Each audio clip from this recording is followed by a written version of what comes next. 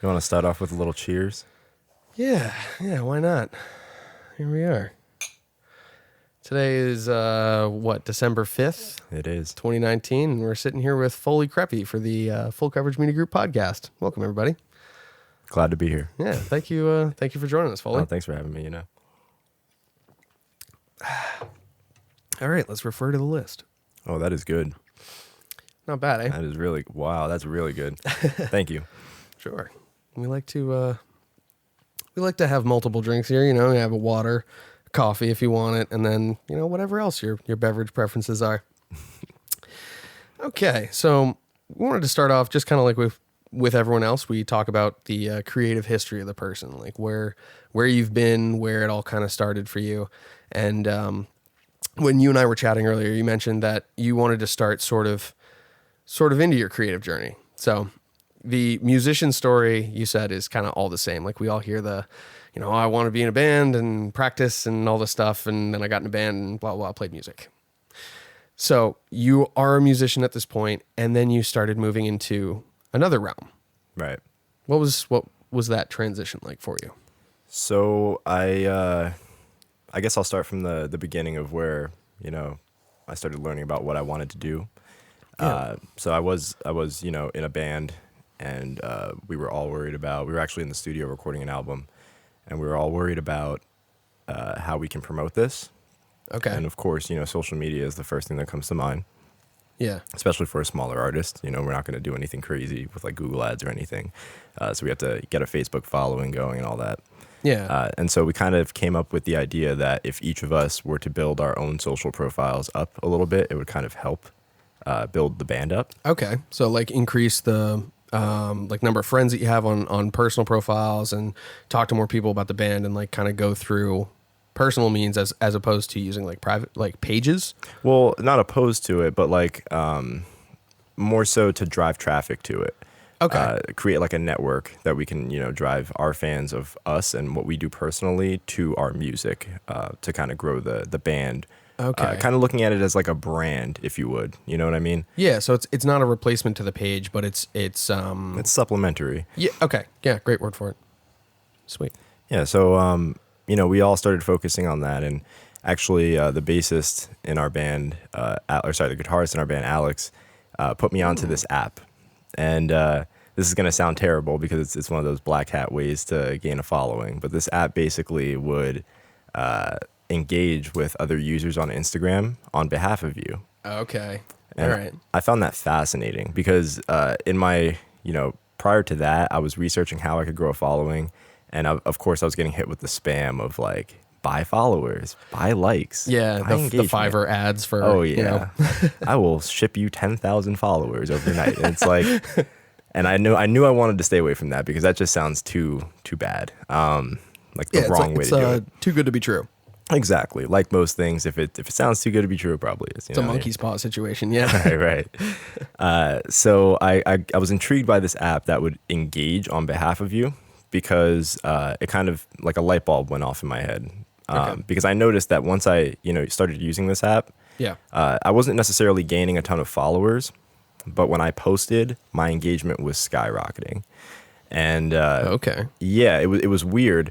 And that kind of, the switch went off. It was like, okay, so the key to doing this is not to, be cool or anything like that, but it's to be a part of the community. That's essentially what the app was focused around. Okay. And that resonates with the Instagram algorithm. So right. Yeah. Creating communities and creating engagement through those groups that all have a common interest. That's what they want you to do. So they'll reward you. So I got really into that. I started diving into Instagram hardcore, and I was just like, okay, I don't need an app to do this for me. Yeah, yes, it is time consuming, but I should be doing it. You know what I mean? Like this is me. So I started getting on, and I looked into, how to properly engage. Okay. And that turned me on to a bunch of other things, like how to properly align your account with the hashtags that you should be aligned with. And, Gary Vee has this $1.80 method that I live by. I think it's probably the best organic strategy to grow on social. Because I've heard a lot of talk about Gary Vaynerchuk, right? Right. Yeah, okay. He's a huge proponent of just doing the work So I love his take on it because a lot of people are always looking for the roundabout, or sorry, the fast way to get things done. Yeah. When he's about, the best way to get things done is to just do it. So yeah, his $1.80 method is kind of focused around that, where, you go to the top 9 hashtags that align with your profile and you engage with the top 9 posts on the recent and the top. Okay. And you do that every single day for all of those hashtags. And slowly but surely, followers start to trickle in. So that's what I focused my efforts around. Okay. And that's where the following started coming in. And also the engagement, continued to go up. So I knew I was onto something. Okay. So that was very interesting to me. And as soon as I started gaining traction with that, I really, really dove in. Like, I forgot about everything else I was doing in my life. And I just started, how can I utilize social media? Because, this is obviously a great tool. Mm-hmm. Yeah, I mean, the barrier to entry is extremely low because it's inexpensive. Like, you can pay for ads and you can do stuff like that, but there's a lot of value that you can get from just using the free parts of those services, right? Right. Absolutely. Especially when you have everything in order. Okay. Yeah. A lot of people, like, now it's 2019, getting close to 2020. Obviously, the most common way to gain any traction on social platforms now is through paid advertising. Right. So people have kind of forgotten about organic strategies. I mean, not the top dogs, of course, because they know what they're doing. But when people are just getting into it, they think it's about, dumping money in and seeing results instantly. I find that these organic strategies tend to work a lot better, actually. Yeah. And even like when it comes to paying for ads and like, especially things like if you're trying to target an audience, like, you have to build that audience first before you can really do anything effectively. Right. Like, you won't have the analytics to create ads unless you can define your audience. Dude, that's massive right there. That is so true. It's funny how many people I was just auditing a company the other day, and they didn't run Facebook ads consistently. In fact, they were just starting now, and they wanted to hit it with Black Friday sales. Yeah. So I saw them put these adverts up, and they were doing an A/B split, which is essentially where you put 2 of the same ad up, same copy, same creative, all that stuff, but, slightly different targeting metrics. Okay. And it looked like it was failing horribly. And instantly, I know why it's failing. It's because they've never run ads before, and they obviously don't know who their target audience is. Gotcha. So they're trying to put it in front of the wrong people. Yeah. Okay. So people often overlook the fact that needs to be in place first. You don't necessarily need the following, but you need to know, who this is going to work for and who it's worth putting in front of, because those are the people that are going to engage with it. And that's where you get the data from. Right. Yeah. And it can't just be like I used to run ads back in the day, and I had a page that, I was going to suddenly try and start selling merch, and I'm a photographer. So like, that's a bit of a leap. It's possible, but at the same time, I didn't provide value to the people that I was trying to sell to. I tried to carve out a demographic that already had, like, basically I was trying to sell to people who followed like metal bands that I liked. And it's like, they have band shirts. Right. Why are they going to buy a shirt from the person taking the photos of the band? Like, sure, I might have some cool photos, but like, the band has those too. If they want to put them on a shirt, they would. It's not like I'm selling official merch or anything like that. It's just like, oh, it's a photographer guy. And I tried to like force a demographic to like what I wanted, and it totally flopped. Like, no engagement at all. Right. And I just put in $100 and was like, okay, yeah, this is gonna, nothing. And I was like, at first I was surprised, and then I sort of thought about it, and I'm like, well, I didn't like do any of my research or like build an audience for it or like ask anyone if they even cared about this stuff. And that's okay though. And that's okay. And it's mainly okay in this market because social media is the one space that will give you instant feedback. Yeah. You don't have to, hack at something for years at a time before knowing if you're on the right path. Like, you'll know right away. If you haven't done your research and you're trying to force something on somebody who doesn't want it, it's very simple for them to just pass by it. And if you're getting low engagement, you know that you're doing something wrong. And it becomes very easy to start figuring out where the gaps are in your plan or your strategy. You know what I mean? Yeah, yeah. And I mean, while it wasn't effective what I did, it was still a great learning experience because I learned, with only $100 of input, okay, maybe this isn't the greatest avenue for me until I do some research or actually build that audience. Whereas if I had, purchased a storefront and started buying merchandise and like started supplying this, like build this whole storefront out, I would have been thousands and thousands and thousands of dollars in debt. Oh yeah, that quickly becomes a horror story. Yeah. Very quickly. So that's where social media is an awesome way to, learn how to advertise and do things like that. I've never thought of it that way. That's really cool. Shoot. Let's refer to the list here again. Let's see if Sorry. No. It's I like getting on tangents like this. This is perfect because it all filters into the same conversation. So let's see. You were at the point where you were really delving into social media. You're getting into the core of things and trying to figure out what you can do to leverage more value for the band that you were in at the time, right? Right. So the band kind of broke up then. Okay. And that kind of left all of us, looking for other musical projects to pursue and whatnot, or create something new. And for me, that was kind of like, it brought upon a realization that, maybe music isn't the best avenue to pursue a career in. At least at this point in my life, because it could be just like that. I remember prior to the band breaking up, we were literally, so when I say we were in the studio writing, I mean we were in the studio writing. My buddy Justin, your buddy, you know him. Yeah. He'll be on the podcast. Exactly. Soon. Yeah. So he was cool enough to allow us to come after his sessions with other bands, and also allow us to book ridiculous amounts of time just to be in the studio. And he gave a lot of creative input and helped us he held our hand along the way. Yeah. We were new at this. He was kind enough to let us do that, and we were putting in hours, like crazy hours for months at a time. Where I remember I would get off of work at this restaurant that I was working at probably around 11:30, even midnight sometimes, and then go right to the studio and be there till like 4 or 5 in the morning, do the whole thing over again. And that was all of us, and we were just putting in so much time. Yeah. All for it to just fall apart instantly.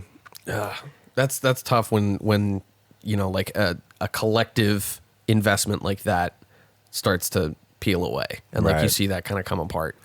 But sorry, go ahead. Well, it's just like how do you translate the value of what you've built into something new? Like that's always a really hard step, I find. Definitely.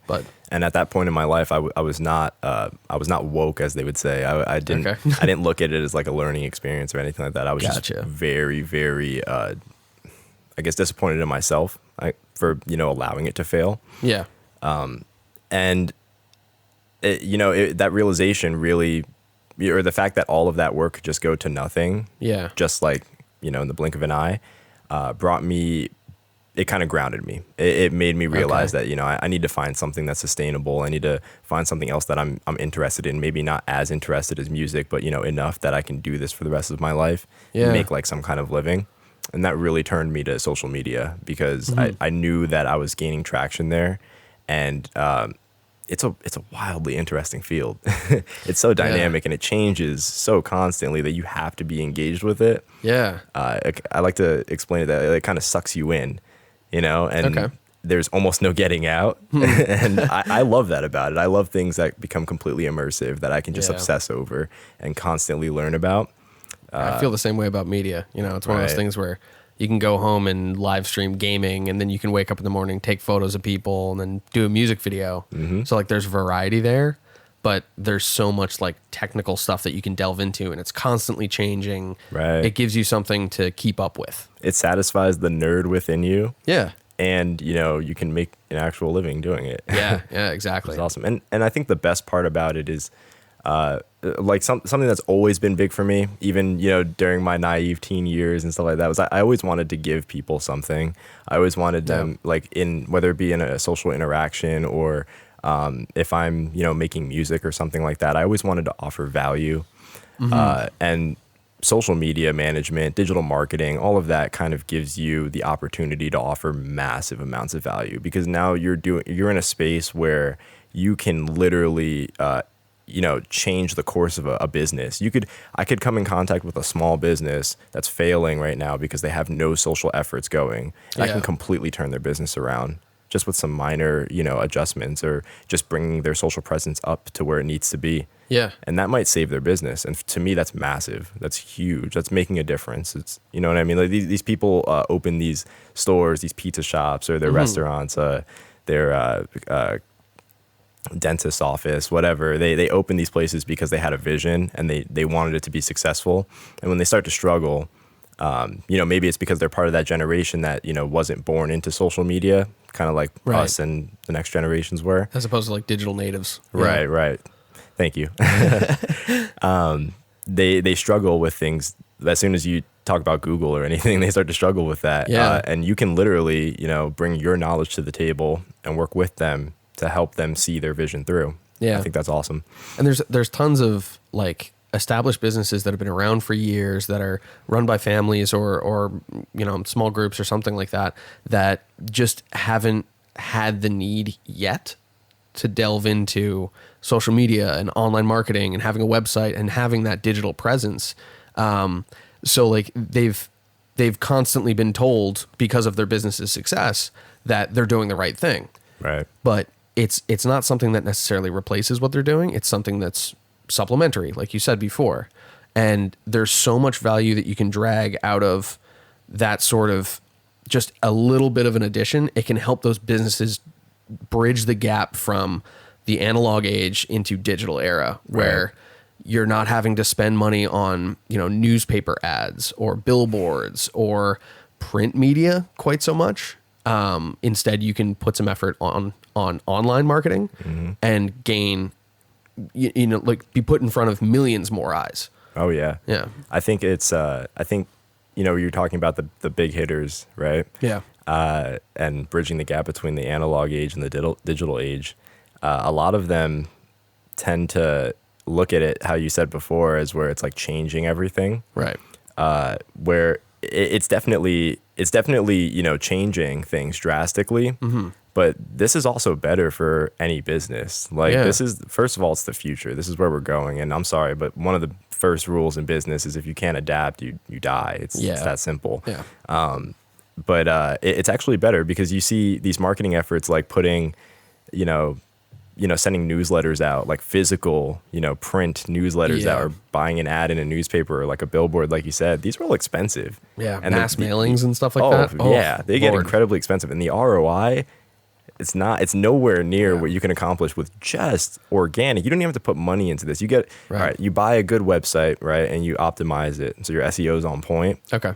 All of a sudden, you start ranking on Google. You haven't put any advertising dollars behind that, but you're generating ROI. You're generating, customers, and I think that's awesome. And I think that's something every business should, look into. Yeah. At the very least, talk to somebody about it.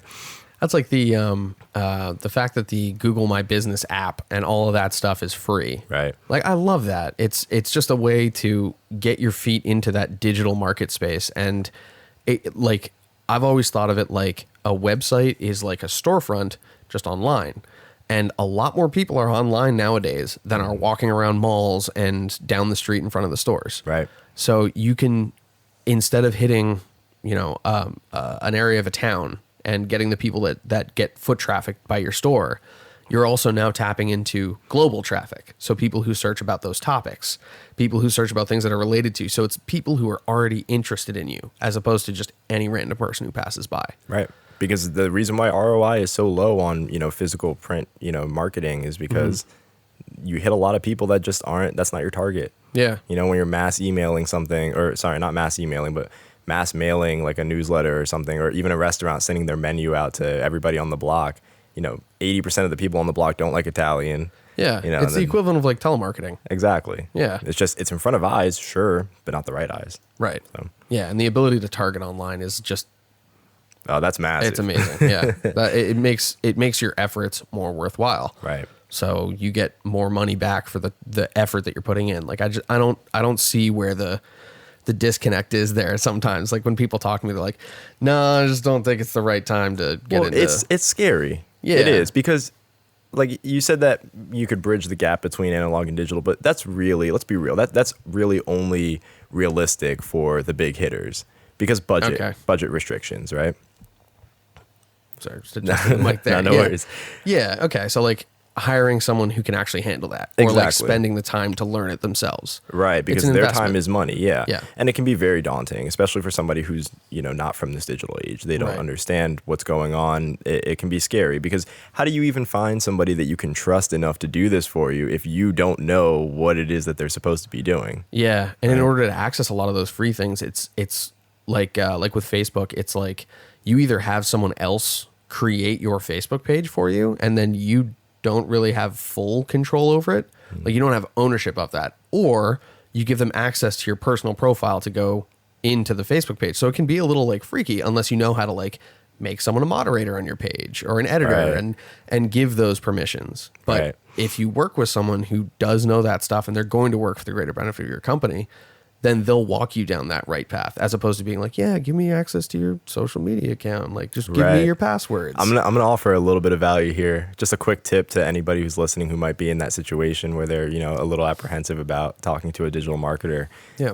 If you do take the leap and start talking to digital marketers and doing consultations and wondering how you can improve your digital efforts, if they start hitting you with flat prices, like I'll do this for $1,500 a month or something like that, that's a good indicator that they're not going to help you very much, as they haven't taken the time to learn about your business. You should never get what I like to call like a flat number.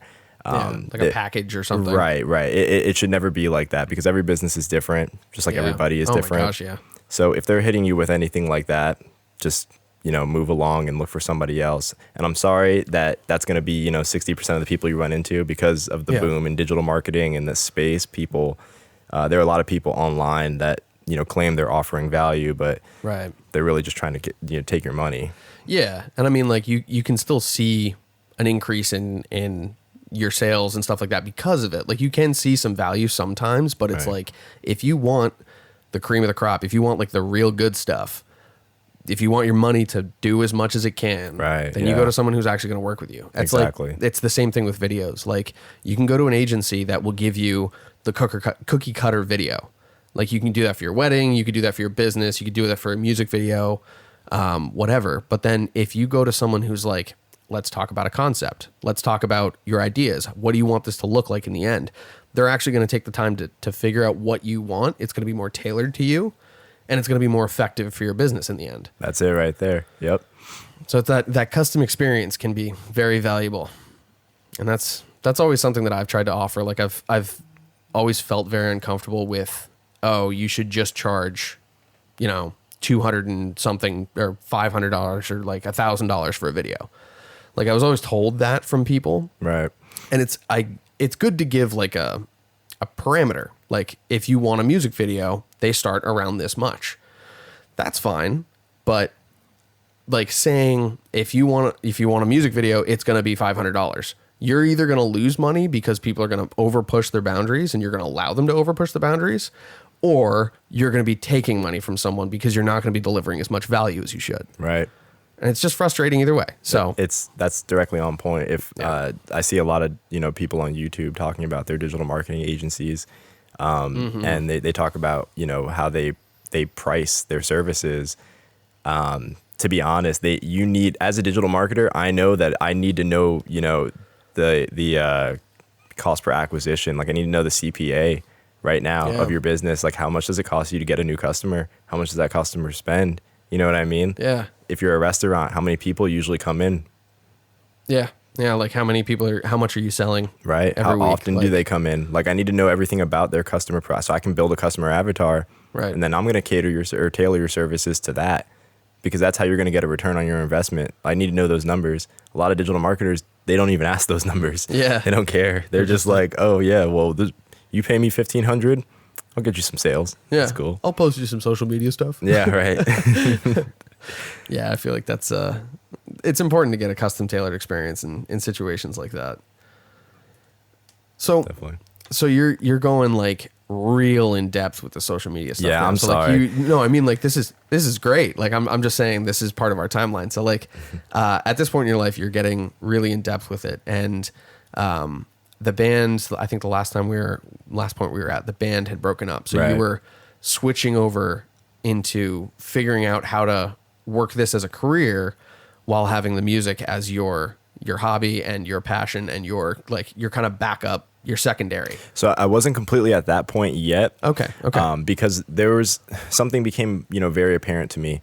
I was gaining traction on Instagram. And the first thing I did as soon as I started gaining traction on Instagram was I linked it up to a Facebook page, and I, created a Foli Vision page. That was my thing. And I was going to double post to Instagram and Facebook. And I thought that would solve all my problems. I was naive. And I didn't think about the fact that Facebook has a completely different audience. Right. So that kind of got me to the point of, well, I figured out Instagram. Okay. Right now, because these algorithms change constantly, but I figured out Instagram right now. Now I need to figure out Facebook, and that at that point there's no way in my mind that I'm ready to take on clients or promise somebody that I can help them in their digital marketing efforts if I don't know all of it, if I don't know at least, or if I don't at least specialize in something. And I wasn't a specialist at Instagram or anything like that, so I was still doing the band thing. I found myself another project and whatnot. The difference was I definitely was more hesitant to, I guess it's kind of a bad thing because, there are other people in the band and they want, full commitment and whatnot. But I was kind of hesitant to dive in as I did with the prior project. Okay, yeah. Because I was spending a lot of time researching and learning. I was on Udemy. I didn't go to school for marketing or anything like that. University of Google. That's it. Yeah. And I've done Udemy. I'm not sure how it's pronounced, but however it's courses on there. It's an excellent resource. Yeah, and I just bought everything that I could and started learning. Mm-hmm. That's it, and going through all the processes because I needed to start testing and getting better at these things. Yeah, and the more I dove into it, the more interesting it got. So my focus, I can go back and I won't say that I wasn't completely engaged with all the projects that I've been a part of since that moment with the band that broke up. Mm-hmm. But I definitely have, I've definitely focused a lot more on the marketing aspect of it. Gotcha. Even within the band itself, I was always thinking of, not so much is this song great, but how can I present this and who am I going to present it to? Okay, yeah. So you're thinking more about the audience that you're playing to and actually targeting versus just we make music. Exactly. Yeah. Okay. Interesting. All right. So now, you're moving into doing this with more bands, and then what would be sort of the next key point in this, the key frame in this story? So I would say, I was in a band. I'm not gonna plug it or anything like that because it's kind of dead. I'm not sure if it's dead, but it's pretty much dead.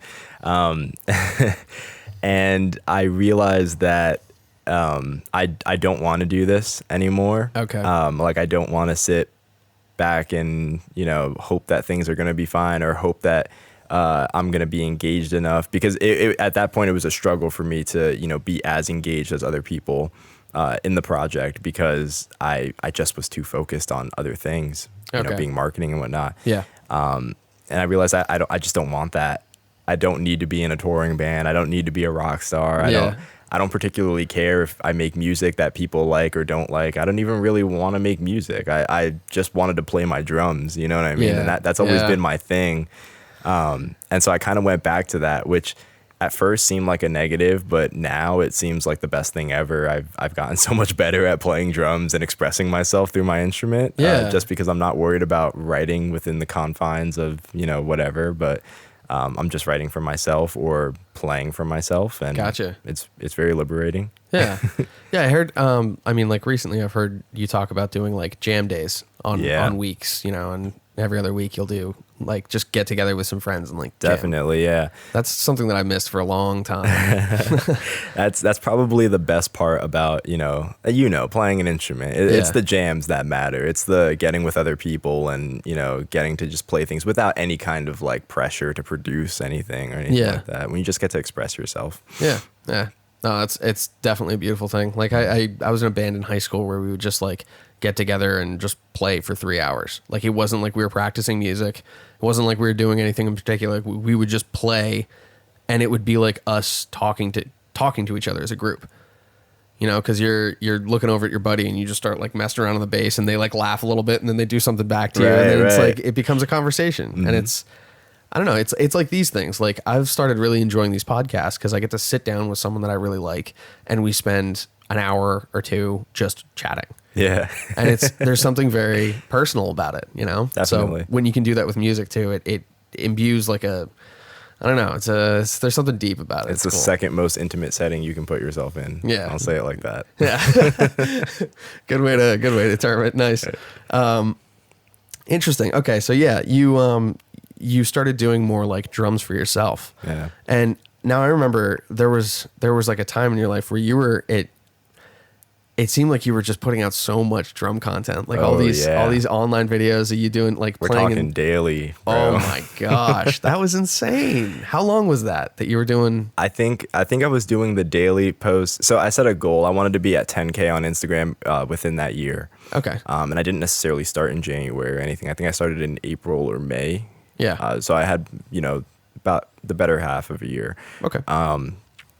And I think I was doing daily posts for maybe 4 months of that, something around that. I'd have to go to look at the specifics, but it was it got rough. Wow. And then, and that kind of trickled into van life too, which, that was a whole other ordeal, but that's an interesting point in your, But yeah, the reason why I was doing it so frequently, because right now I would never advise anybody, who's like a drummer or something, or a musician, to get on Instagram and post every day, unless they're trying to learn. And that's what I was trying to do. I was trying to figure out the ins and outs. And by doing that, I could really hone in on like who my target audience was and, what content they liked, because I was putting so much out there that I got the instant, feedback from.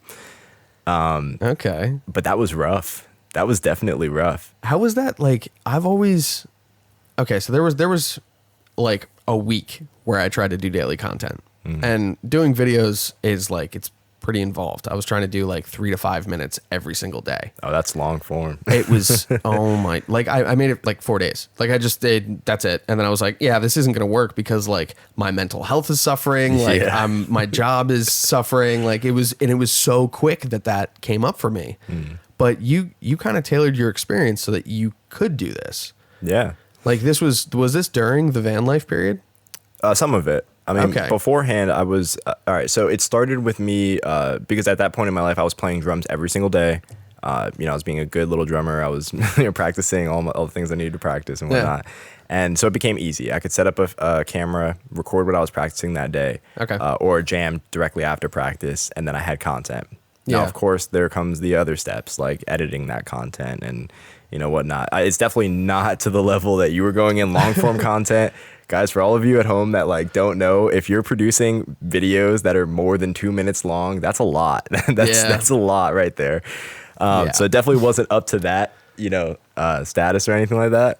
But the stuff that you're doing was still really creative. Like there were cool thanks. filters, the angles that you were shooting. Like I remember the overhead angles. Oh yeah, was that a GoPro that you were shooting that on? No. So not to bash GoPro, but I kind of hate GoPros. I mean, they're cool cameras. I stray away from anything that's like proprietary. So like I'm not an iPhone user or anything like that. But the Zoom, 2QN or Q2N. This little action camera with a fisheye lens and a like independent XY mics on top, and I thought that was the coolest thing ever. So you get stereo sound out of it. Yeah, and I got like decent sound, and the one that I had was 1080. They've come out with a 4K version now. Isn't the microphone on there? Isn't it like oh shoot, what is that? It's like a pressure zone microphone or something like. It's like the same thing that those like conference mics are, where they won't peak. Yes. Yeah. So that would be hugely helpful for drums. It was huge. It was massive, dude. Like that's awesome. So I wasn't in a place where I could invest, $10,000 into high quality microphones or anything like that, and like an interface and an entire recording setup. That's like the base for getting like a good drumming setup, because like miking everything is just insane. You have to have the space to do it, first of all. Right. It's your room is more than anything. So really, you could invest all that money and still sound like crap because your room just isn't, good. But when I found that camera, that changed everything. I was like, okay, great. So now my content's good. It's, it's got a sensitivity wheel on it. So I'm playing drums, just turn it down to 3 and it's never going to peak or anything like that. It's cool. That's awesome. So that was cool. It kind of expedited the process of, creating content daily. Right. When van life came around, that changed because now I didn't have a space to play my drums. So I ended up renting a storage locker, which that was impossible to find in California. Storage locker, like I'm talking the entire state, because initially I was searching in Southern, then in the LA area, and then finally Northern California. Wow. So we went through everything. So finding a storage locker that would allow me to play drums was hard. I think I narrowed it down to 3 places. Wow. Super expensive. We ended up in the Bay Area because of that. Yeah. And some other reasons, but I found a place where I could play drums. Okay. Rented out a storage locker. I acoustically treated it, which was again very crazy. It's a metal box. It's not meant to have loud noises or anything like that. Yeah. Not conducive for recording. Yeah, definitely not. But I made it, decent to the point where it wasn't just going to be sound, bouncing around everywhere. Yeah. And I quickly realized that this wasn't going to be the same as when I had, my house in Pennsylvania where I could just go and record content, because now I'm living in the van. So that means I'm commuting to this spot to do this. Right. So I thought about it as that's my editing time right there, is the commute. Yeah. Okay. And that's just gone. So I began to batch content, which was massive. That was a huge discovery for me. I just went to Google and I was like, how can I expedite this process? How can I make it more, how can I make this simple? Okay. And I had never thought about it, but everybody was talking about batching content. Pick 1-2 days out of the week where you have, 7 to 8 hours to just do everything you need for the week, for 2 weeks, for a month sometimes. Yeah. Depending on the length of your content. Right. Knock it all out, and then another day of the week to edit all of it and put it all together. Yeah. And then, through looking through that, I found Hootsuite too. I found Iconosquare. Nice, I found these management dashboards that you could schedule your posts on. Yeah. And that changed the game for me, because now I was, I wasn't necessarily playing drums every day. I was playing maybe, 4 to 5 days out of the week, which is still a decent amount. Right. But I'd only be recording on 1 day of the week. And I would do all of my weekly content on that day. And then on a Thursday, so the other day of the week, I would edit all of it. That's and then awesome. throw it in Hootsuite to schedule the post, and it would automatically go. Yeah. Wow, that's fantastic. Just out of curiosity, did you do a thing where you change your shirt?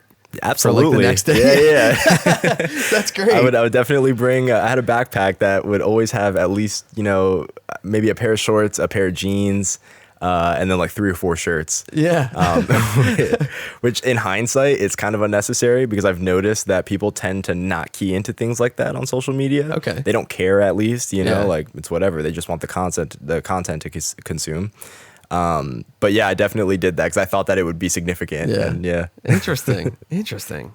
I've been sort of doing that a little bit. I've been trying to do more all right, I'm going to have 1 or 2 days in a week where I sit down and I do, I'll do a live stream on the computer, and then I'll do little videos on my phone for different styles of content. Nice. And then I'll do a gear review, and then I'll do I'll try and just do 3 or 4 simple at-home projects that are all this is where I sit down for podcast stuff. That's where I do live streaming.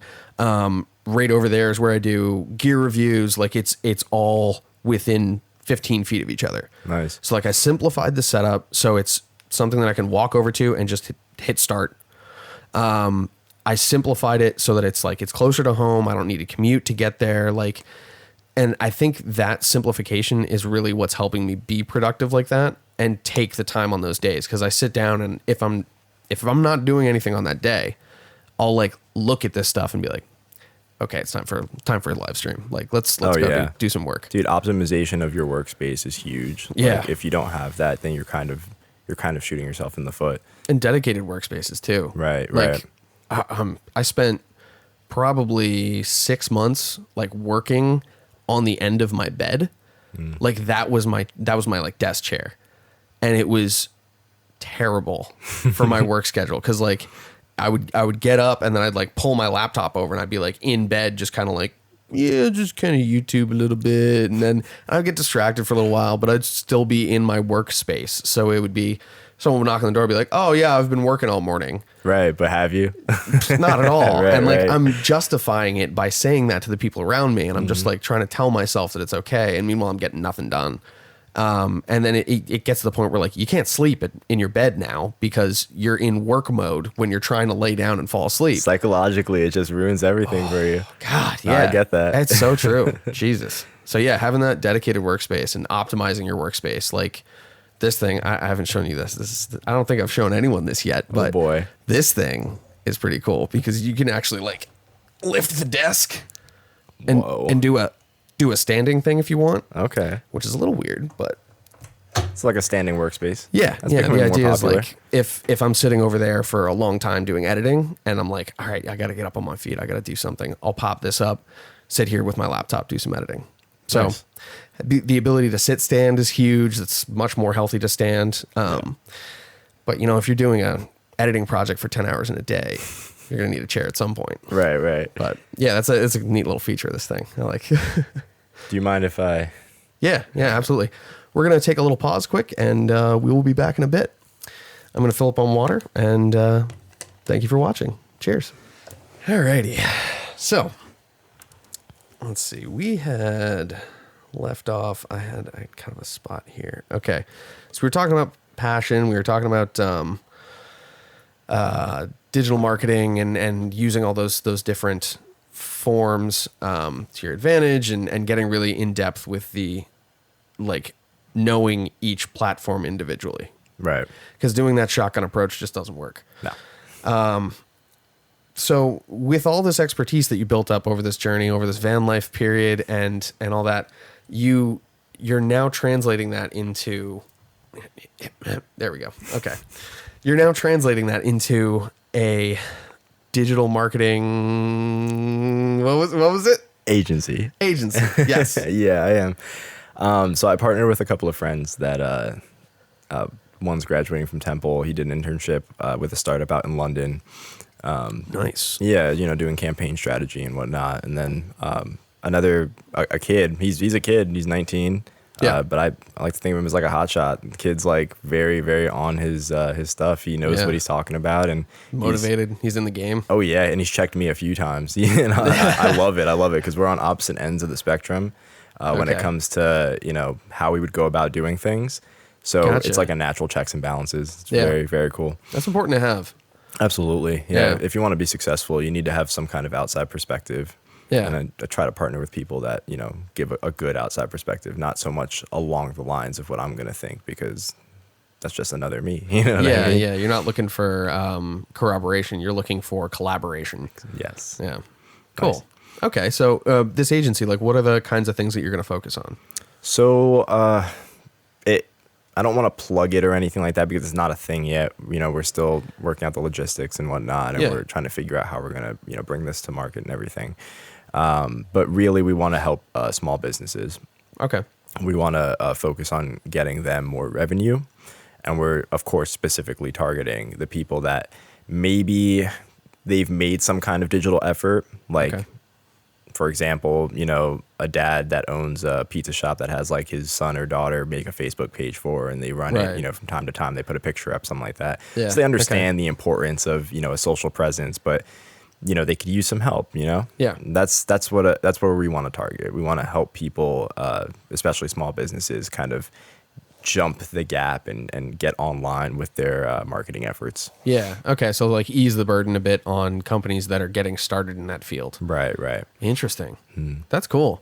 And that's like, there's a lot of value that can be brought there. Like we were talking before where there's these companies that haven't yet switched over and like they might be doing fine, but adding that on as like a supplementary service or like outlet for marketing and place to convert people into customers is hugely valuable. Like you're just adding on to what's already working for you.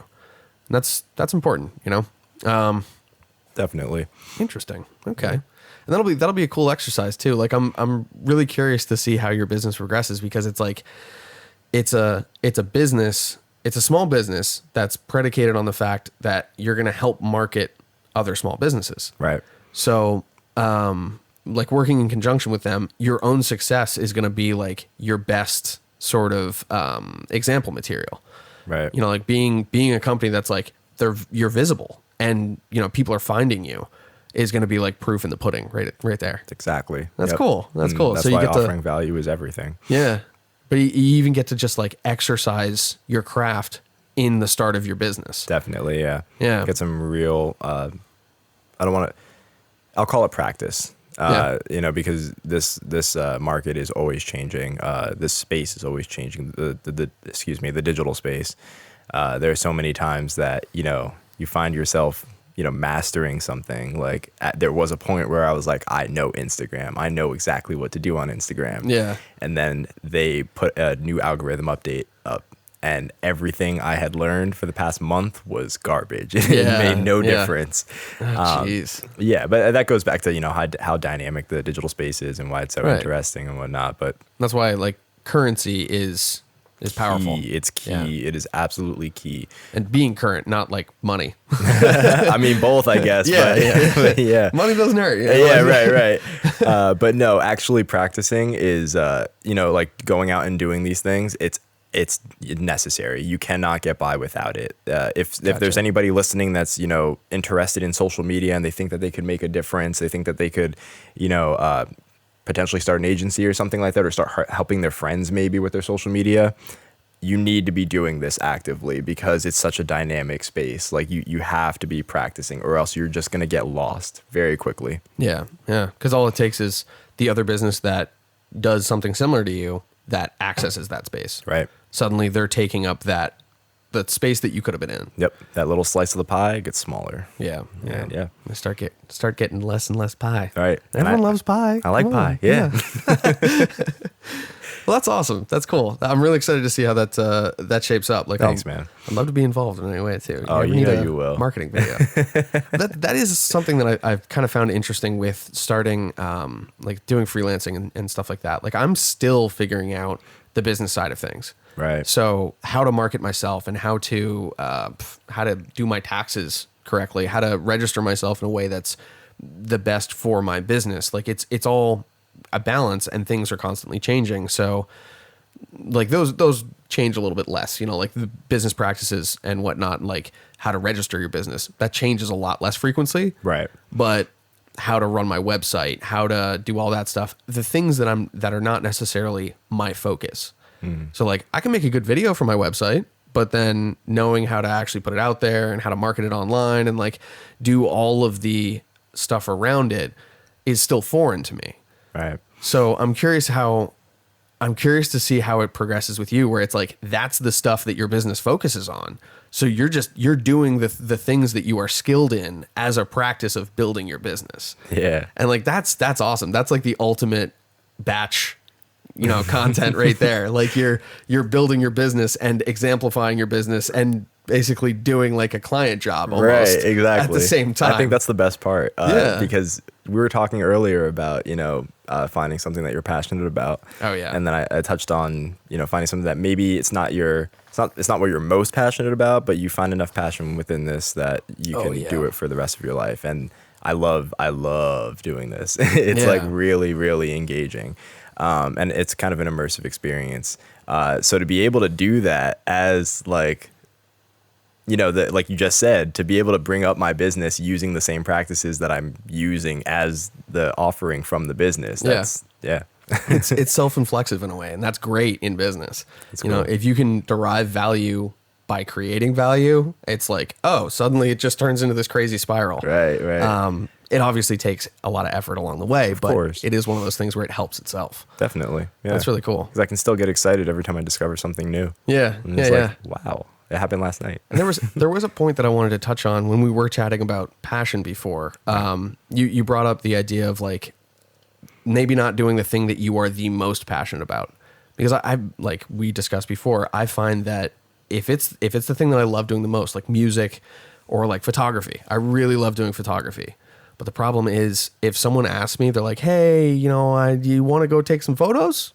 Like, yeah, I'll like go do it for free half the time just because I want to go do that thing. Mm-hmm. Like if the person doesn't have the budget, it's like, well, okay, like because I really want to do it. I'm passionate about it. Right. But I'm still I'm cutting myself off at the knees because if I keep doing that, then I'm not going to be making a living. I'm not going to be able to survive. So by pairing that back to something that you're maybe not completely passionate about, but I mean, you can still be passionate about it, but not like crazy. Like you're not just going to do anything to be able to do that day. Then you're going to be able to be like, okay, you know what? This job isn't worth the value. Like, let's do this one where I'm going to be able to offer more to the people and they're going to be able to like return the value. Like it's going to be where everyone's going to be happy. Yeah. That's huge. Because otherwise there's that imbalance and things start to fall apart. You go crazy because you're not able to pay your rent or you're doing too many jobs. And then you can't keep up with everything. Like and then mental things health fall just apart. kind of takes. And Yeah. No, I think that's massive. I think I keep saying the word massive. I think that being able to, you know, identify the thing that is going to, you know, satisfy your need to be creative, for example, or whatever, and also monetize that is probably a best case scenario. Yeah. But coming to that realization that maybe the thing that you're most passionate about isn't going to be the thing that gets you through the day to day. Yeah. Is profound. Like, yeah. I hope that more people come to that realization. I see it a lot. Absolutely. And that's not saying to ditch your passion at all. That's if your passion can do that for you, all power to you. Yeah, go to town. Oh yeah. But it's a thing where like being realistic is what's gonna let you do that more. Right. Yeah. It's interesting. Yeah. And it's like I always find it. Like we were talking about the example, I used to, as a student, I would draw on all my tests and like all my papers and stuff like that. And it's like, what I wanted to do was draw.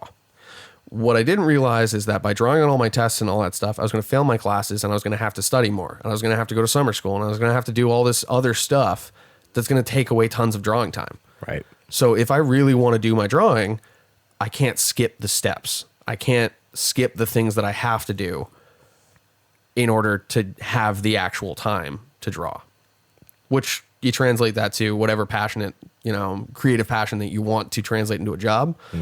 Turn it into that. Like if you go through the steps, then you can do your thing that you're crazy passionate about and earn your living. Right. Yeah. There's this is kind of off the topic, but just something I want to slide in here because I think it could relate.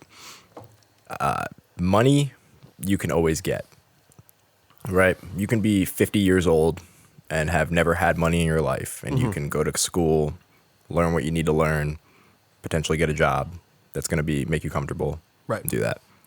Time you will never get back, no matter what. No matter how rich you are, you can't buy time back. That's not a thing. Yeah. So focusing on your money first, this is something that took me a long time to realize. Only, you know, recently, like a couple of years or so, did it like click for me. But focusing on getting money first, getting money right first. So finding something that you, like what we were talking about, that you can be passionate about and, you know, fulfills your like you need money. You need money to live. Yeah. Something that does that for you. Focusing on that first will give you all the time in the world to do your passions. Yeah. Yeah. That you can be happy. You can be in your space, you know, doing whatever it is that you want to be doing that doesn't necessarily give you any kind of monetary return, but you don't need it at that point. You can just do it for what it is. Yeah.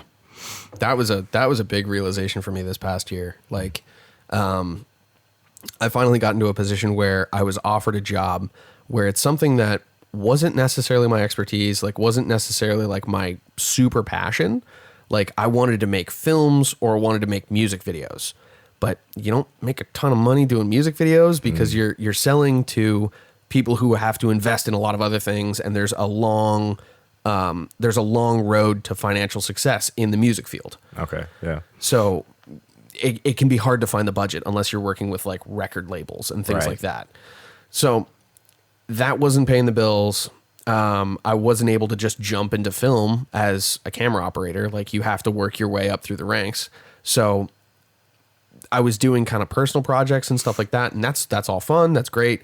But the thing that ended up paying the bills was getting a job in television, which like, I didn't think it was like where I should be at first. And then I started to get into it and I'm like, oh, wow. Okay. Like I'm still very passionate about it because it includes video, includes editing, includes tech, all things that I love. Boom.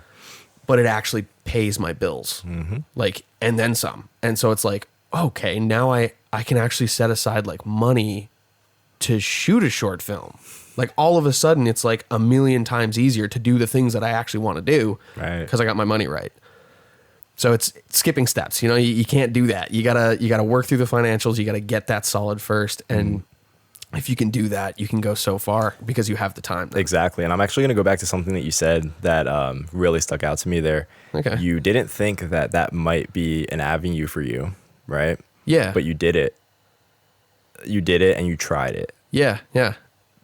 People, please listen to this. Like, if it's not going to be easy to find something, like we're talking about finding a passion that you can monetize, that you can also, find passion in and do passionately.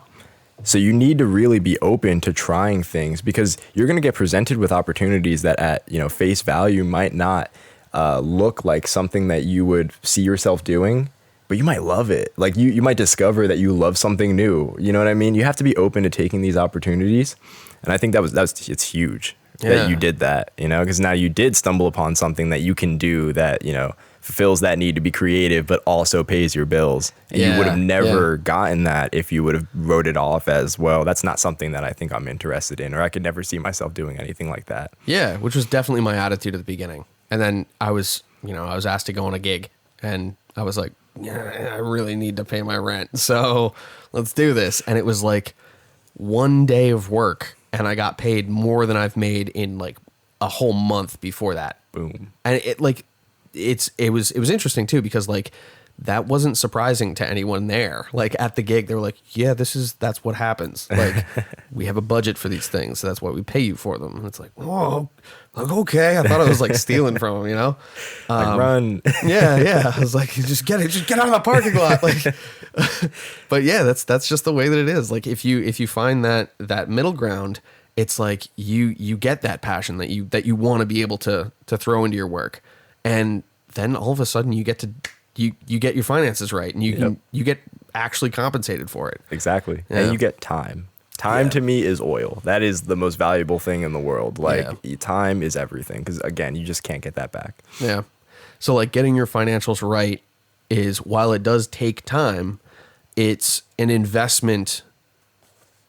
Like you're basically spending effort to buy more time to do the things that you want to do. Right. And your ROI is massive. That's huge. Yeah. All about that ROI, man. Yeah. That's ROAS and ROI. That's it. Yeah. Man, this has been a really interesting conversation. I know like we're going to have to continue this with the business that you make. We're going to see some of your endeavors online, I'm sure. I'd love to do some stuff where we're like showing some example material and talking about like, this piece I put up because blah, blah, blah. And I did like an A/B test with it. Like, let's go through some practical stuff for the next conversation. I would love to do that. So as like a hint to that, I would love to hear, you were talking about 5 bullet points before. Yeah. Okay. So how should we label this? I'm going to say these are 5 things that are key to your, they're good practices for your social presence. Yeah. Not just social, but digital overall. Digital presence. Right. Okay. So we'll touch on social media and, your website and whatnot. So Foli's top 5 digital presence tips right here. All right. So the first one we're going to talk about is something that it's coming to the forefront right now, and that is authenticity. Guys and gals, I want you to know that social media has changed. No longer will people follow you just because you live a lavish lifestyle, or because you travel a lot, or because you're cool. They need value, and they need to see some authenticity. They need to know that this is who you are, and those are the things that they care about. So to all of my people out there that have some kind of skill that, maybe they haven't brought to social media yet or online at all, do it. Do it now. Because that's what people are looking for. They care about that. The average consumer of content is no longer enthralled by, oh, wow, they're in Paris. That's so cool. Follow. Like, that's not happening anymore. They want to see what, other people are passionate about. And it's either because they're passionate about it as well, and they're taking a lot of value from there, or they just think that that's cool. That's what it is. You're who you are, and they respect that. So be who you are. Be authentic. For real. Don't try and sell some lie or anything like that, because it just won't work anymore. Something else that I guess, bridging off of that, another really good practice, you've probably heard this everywhere. If you go on Google, you're going to see this, but consistency is key. You need to be consistent. That's just how it is. None of the major, I'm trying to think in my head if any of them, are an exception to this rule, but I don't think any of them are. You need to be consistent in all of your digital efforts. If you're posting to, Instagram, for example, you need to be posting consistently. If you're, on your website or if you have a website and you're trying to drive traffic there, your methods of driving traffic have to be, strategically built, and they have to be consistent. There has to be a consistent stream of traffic. You have to consistently be making sure that your website is optimized, and just things of the sort. You need to be consistent. That's it. Speaking about websites, another, good practice that often gets overlooked. Everybody will tell you about SEO and optimizing your webpage. That's great, and it's absolutely necessary. In fact, you can drive traffic and sales and whatnot just by optimizing your website, and that'll help it rank better in Google. And when I'm talking about optimizing, I mean putting keywords in that you're trying to rank for, making sure that your load speeds are as low as possible. The faster it ranks, the better it is for Google. So the faster it loads, the better it is for Google. So they will push your site because of that. And then I'm going to bridge to another good practice. That's going to be building backlinks. The only reason why I'm including this one is because people often overlook websites when they talk about digital marketing. They tend to stick to the Facebook side of things instead of, websites and SEO and whatnot.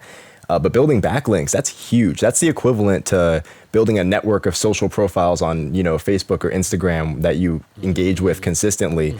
Building backlinks is essentially you engaging with the community online, something that's relevant with you.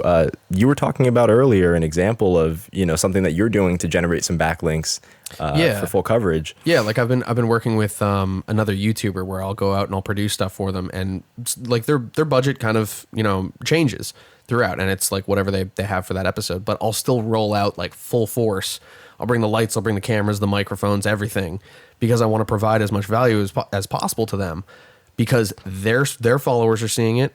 That person works for a major media company, so I know that their bosses are looking at it and going, "Yeah, that's a good episode. Yeah, definitely put that up. Go ahead."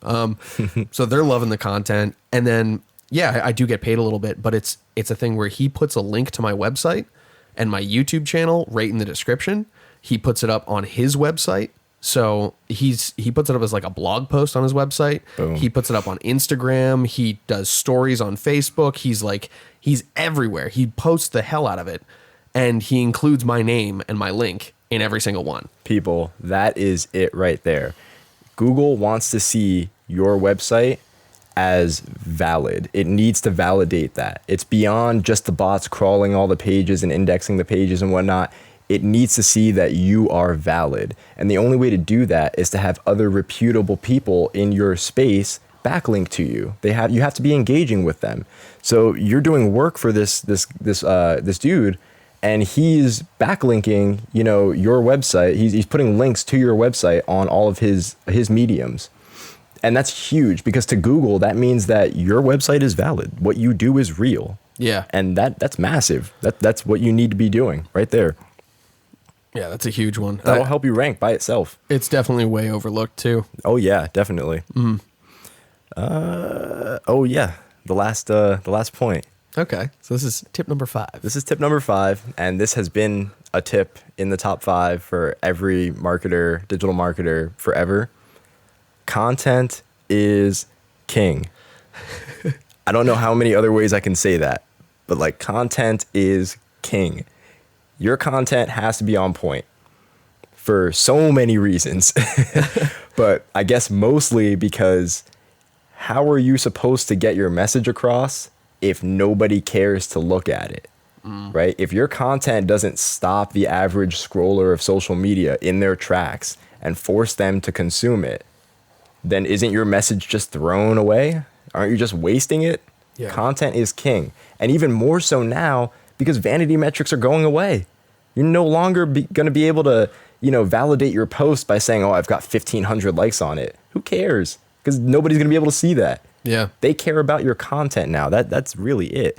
So your content has to be on point. And that doesn't mean that you need to go out and buy, the most expensive camera and make sure your lighting is perfect and all this stuff. No, but it means you need to start paying attention to social trends. It means you need to start looking at what your competitors are doing in the space, even more so than before. Yeah. It means you need to really start looking at your content and thinking, would I consume this? If I was somebody in my space, would I stop and look at what this message is? Yeah. Would I click this? Like, would I watch this video all the way through? Yeah. Ask yourself those questions. And if at any point down that checklist, there's no check there, then you need to go back and redo something because it's just not worth putting up at that point. And I'm not telling you not to post content or anything if it's not perfect, but I am saying if you have a mission or a goal or you're trying to, let's say you're building a campaign, like I'm a digital marketer. If I'm building a campaign for a company, for like a restaurant or something, and I can go down and say, well, I'm somebody who eats out at restaurants. I definitely would not engage with this post.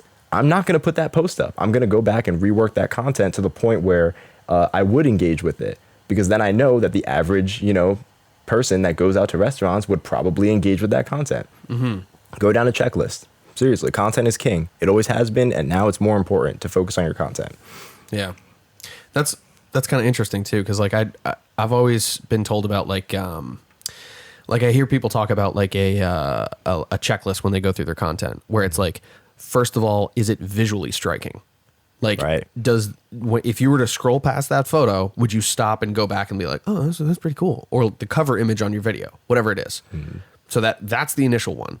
If it's a video, are you going to catch people's attention in the first 6 seconds? That's if people don't find it interesting, if they have stopped and they've taken the time to like start watching that video, if it doesn't grab them the first 6 seconds, they're gone. Right. And then with photos, it's obviously not so much. The next step after that is they go down to the description. If you can provide some sort of value down there, or like there's good comments, like there's a good conversation, if there's something that you're giving to them there, whether it's a link to somewhere that they want to go, more information about a subject, or like maybe it's like a diary about you. Like there's some artists that I followed, like Randy Blythe from Lamb of God. Okay. He has a great stream of content where it's like one photo a week or something like that. He kind of does it sporadic, but it's a meaningful photo. Nice. So it's like someone that he really likes, or like a place that he has a story about. And then he's got this paragraph, which I wouldn't always suggest this to people. Like big blocks of text, they're kind of daunting and people go, and scroll away. Yeah, it depends. But with him, it's like you want to hear his story. You want to hear what is so special about this photo, because as a follower of his, every single photo is very meaningful. Consistency. So, yeah. And it's got a consistent message throughout. Like it always talks about something that's like inspiring in some way. And it's really cool to see that. And the way that people engage with it, it offers value to me as someone who enjoys knowing more about him. Like it really targets that vein of content and just plugs at it. Mm-hmm. So it's that consistency what you're talking about. To be, I would love to give an example of good content. Probably the best piece of content I've seen, just overall in the past few years. Yeah. Everybody knows about Fire Festival. Oh my God. Oh yeah. Woo. Let me tell you, as a digital marketer, that campaign was as close to perfect as it could possibly be. So good, in fact, that it ruined everything. Like Billy McFarland, it was too good. It was too good. He came up with a campaign strategy that literally destroyed his entire plan to put together this festival. Oh my God. That's what you should be aiming for, honestly. Like, I'm sorry, but you scrolled through Instagram and you were confronted with this bright orange square, which at that time was like, that's weird. It's like just this wall of orange, which obviously you're going to stop and look at it. And then right after the orange, you had these beautiful shots of like drone footage over top of the ocean, looking at these islands that you want to be at. So you obviously go down and read the copy. So you start reading, and it's talking about this amazing one-of-a-kind getaway experience. You know what I mean? Like that's perfect content. If you want like an example of how this is more towards, digital marketers, because I don't think a strategy like that would work for somebody trying to build like a personal brand or something, unless you get creative and find a way to utilize it. I'm sure you could. But if you're a digital marketer and you're trying to figure out, let's say you're in the e-com space, so you're helping e-commerce businesses sell products. A lot of those products are hot products or viral products. This is like a template for how you should build your Instagram strategy, at least. Yeah. Something huge that's going to stop the consumer of content. So bright orange front, just like they did. Something right after that to keep them engaged for more than 50% of the video. Mm-hmm. And then copy that's on point, that accurately describes something that, that person is going to want. It's very simple. It's a super simple funnel. It's not complicated at all when you look at it. But it's just like strategically placed. And there were some other things that they did, like they used affiliate marketing to kind of do a content blast where they hired a bunch of influencers to upload at the exact same time. Yeah. Again, that's genius. I'm sorry, but I nerd out over stuff like this, and that campaign is just like, oof. But it was like a DDoS attack on the internet, basically. Oh yeah, where they just got like all of these people who had tons and tons of people in their audiences to just all post at the same time at the same time, same video everywhere. Yep, it just covers everyone. Right. Yeah. Just great strategy. That's wild. Take notes, honestly. Yeah. I know that whole thing was a flop, and a lot of people got screwed over in that situation. But if you look at just the marketing strategy, yeah, boom, that's beautiful. Even like the documentaries that were made about it, and like when all of the information of the flop of it came out. Oh yeah. I like in my head, I was almost sitting there being like, is this like where they're getting their value back? Like from the documentaries and from like all the content that they're putting out about that could have been the plan the entire time. That's the ROI right there. They were planning on doing a deal with Netflix, which would make Billy McFarland an absolute genius. That would be some intense level stuff. It would, yeah. That's some Inception branding right there. Right. All right, we're gonna create a brand and make everyone hate it. So to the point where Netflix signs us on. That's great. Man. That's really cool.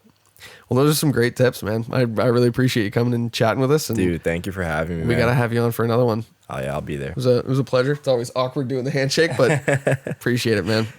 Thank you for watching this. This was the next episode of Full Coverage Media Group podcast, and we'll see you next time. Peace, everybody.